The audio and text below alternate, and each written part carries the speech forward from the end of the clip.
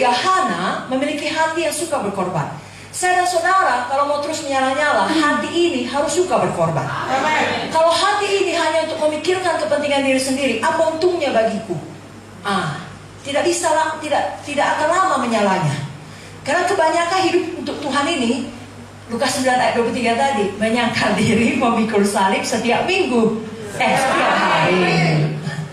Dengan arti kata, bukan diri kita yang kita pikir, apa maumu Tuhan? Ya, bukan kehendakku, kehendakmu Tuhan. Jangan kita silap. Bukan kehendakmu, kehendakku Tuhan. Jangan, saudara. Amin. Saya bacakan bagaimana Hana memiliki hati yang suka berkorban dalam 1 Samuel 1 ayat 11. Kemudian bernazarlah ia, katanya, Tuhan semesta alam, jika sungguh-sungguh kau memperhatikan sengsara hambamu ini dan mengingat kepadaku dan tidak melupakan hambamu ini, tapi memberikan kepada hambamu ini seorang anak laki-laki, maka aku akan memberikan dia kepada Tuhan untuk seumur hidupnya, dan pisau cukur tidak akan menyentuh kepalanya. Tidaknya perlu dia bernazar, berkorban seperti ini. Tapi Hana benar-benar memiliki hati yang patut diteladani. Tidak banyak orang, apalagi wanita, mau melakukan sesuatu sampai ke tahap itu. Dia tidak sekedar memohon kepada Tuhan, dia mau berkorban. Dan bukan sembarang korban, dia korbankan yang paling dia anggap berharga, yang terbaik bagi dia. Saudaraku, orang yang menyala-nyala melayani Tuhan, menginjil, memuridkan jiwa-jiwa, kalau saudara perhatikan, itu harus orang-orang yang paling suka berkorban. Amin.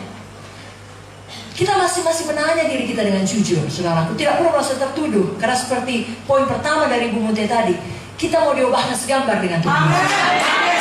Dipulihkan, mulia. Dan Tuhan kita adalah Tuhan yang berkorban.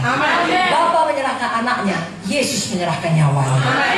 Kalau kita lihat Bapak Munte tahun terakhir untuk menamatkan dia punya perkuliahan, tinggalkan semua, ikut Tuhan sungguh-sungguh, melayani Tuhan sepenuh waktu. Kata lain, kalau secara pemikiran dunia, mengorbankan seluruh masa depannya. Sebabnya keluarganya, ayahnya, saudara-saudara semua sekolah kedokteran, ya, ada yang kepolisian, dan berkata, nanti abang jangan pernah minta tolong pada kami, jangan pernah minta uang. Karena mereka meyakini akan gagal. Tapi kalau Tuhan memanggil, Tuhan memperlengkapi. Ibu Munte juga berkorban, saudaraku. Dan saya tidak merasa akan ada orang yang betul-betul mengerti pengorbanannya, kecuali juga menjalani seperti yang dijalaninya. Karena saya dan saudara bukan dokter spesialis anak. Dan kalaupun kita dokter spesialis anak, kita bukan dokter pada zaman Ibu Munte hidup. Pada masa itu sangat terhormat. Bahkan spesialis darah lagi dari UI. Bahkan kemudian fakultas kedokteran USU, dia dosen yang terbaik, terpilih di hadapan semua orang. Jadi di tengah masa yang gemilang, berapa bulan yang lalu saya baru bertemu dengan adik Pak Munte, Pak Engas saya. Dan dia mengatakan, mamamu ini adalah orang yang paling pintar. Ya, di tengah karirnya sangat cemerlang, disitulah dia menjawab panggilan Tuhan. Karena Pak Munte bilang, ayo ikut saya. Ibu Munte berkata, kalau saya ikut, saya jadi apa? Karena kalau di fakultas dipanggil ibu dosen, kalau di rumah sakit dipanggil dokter. Di sini apa? Nande Gideon. Jadi apa aku Pak? Ya jadi istriku lah, katanya. Tapi sebenarnya dia menjadi penolong yang ditetapkan oleh Roh Kudus. Amin, saudara. Amin. Jadi saudaraku yang kekasih, kita harus punya hati yang suka berkorban. Amin. Setan paling tidak suka kita berkorban, karena setan tahu tiap kali korban dilepaskan, kuasa Tuhan dilepaskan. Amin. Saya bacakan satu ayat dari Matius 16 ayat 21 sampai 25. Sejak waktu itu Yesus mulai menyatakan kepada murid-muridnya bahwa ia harus pergi ke Yerusalem dan menanggung banyak penderitaan dari pihak tua-tua, imam-imam kepala, dan ahli-ahli Taurat, lalu dibunuh dan dibangkitkan pada hari ketiga. Tapi Petrus menarik Yesus ke samping dan menegur dia, katanya, Tuhan, kiranya Allah menjauhkan hal itu. Hal itu sekali-kali tak akan menimpa engkau. Maka Yesus berpaling dan berkata kepada Petrus, enyahlah iblis, engkau satu batu sandungan bagiku, sebab engkau bukan memikirkan apa yang dipikirkan Allah, melainkan apa yang dipikirkan manusia. Lalu Yesus berkata kepada murid-muridnya, setiap orang yang mau mengikut aku, ia harus menyangkal dirinya, memikul salibnya, mengikut aku. Karena barang siapa mau menyelamatkan nyawanya, ia akan kehilangan nyawanya. Tapi barang siapa kehilangan nyawanya karena aku, ia akan memperolehnya.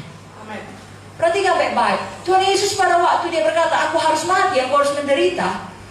Petrus dengan gagahnya menegur, Tuhan, dijauhkan Allah itu daripadamu. Lalu Tuhan Yesus bukan memeluk Petrus, terima kasih Petrus untuk kasihmu. Aku terharu. Bukan, saudara. Atau kalaupun yang dikatakan Petrus salah, Tuhan tidak berkata, diam Petrus. Tuhan langsung berkata, nyala iblis. Karena apa yang dikatakan Petrus bukan berasal daripada Tuhan, dari iblis. Karena hanya dua kubu di dunia ini. Tidak ada yang tengah-tengah, tidak ada abu-abu, saudara. Amin, saudara.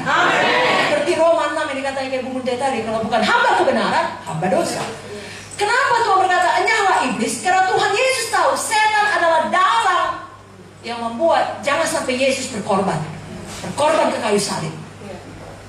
Tapi ketika Yesus betul-betul berkorban di kayu salib, kuasa itu sampai pada akhir zaman tetap menyelamatkan setiap orang yang percaya.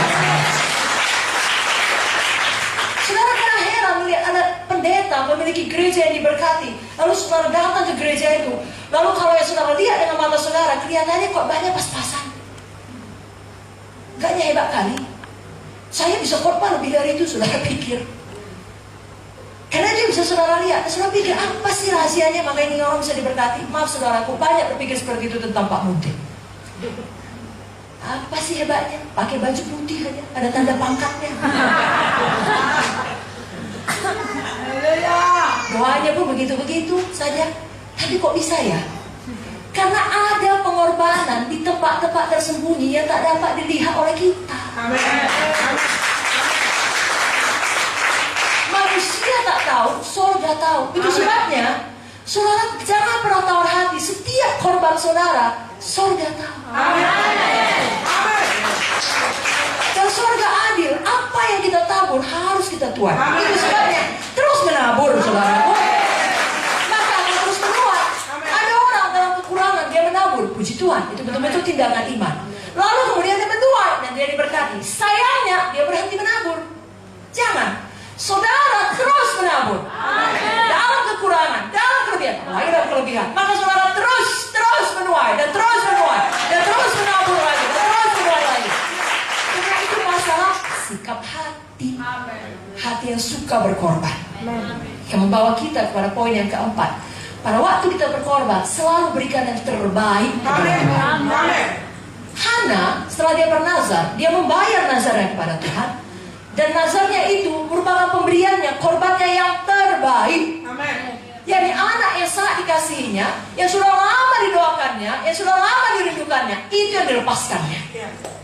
Sama seperti Abraham, sudah lama menunggu Ishak, Tuhan bilang kasih, dia kasih. Tuhan tahu hati kita.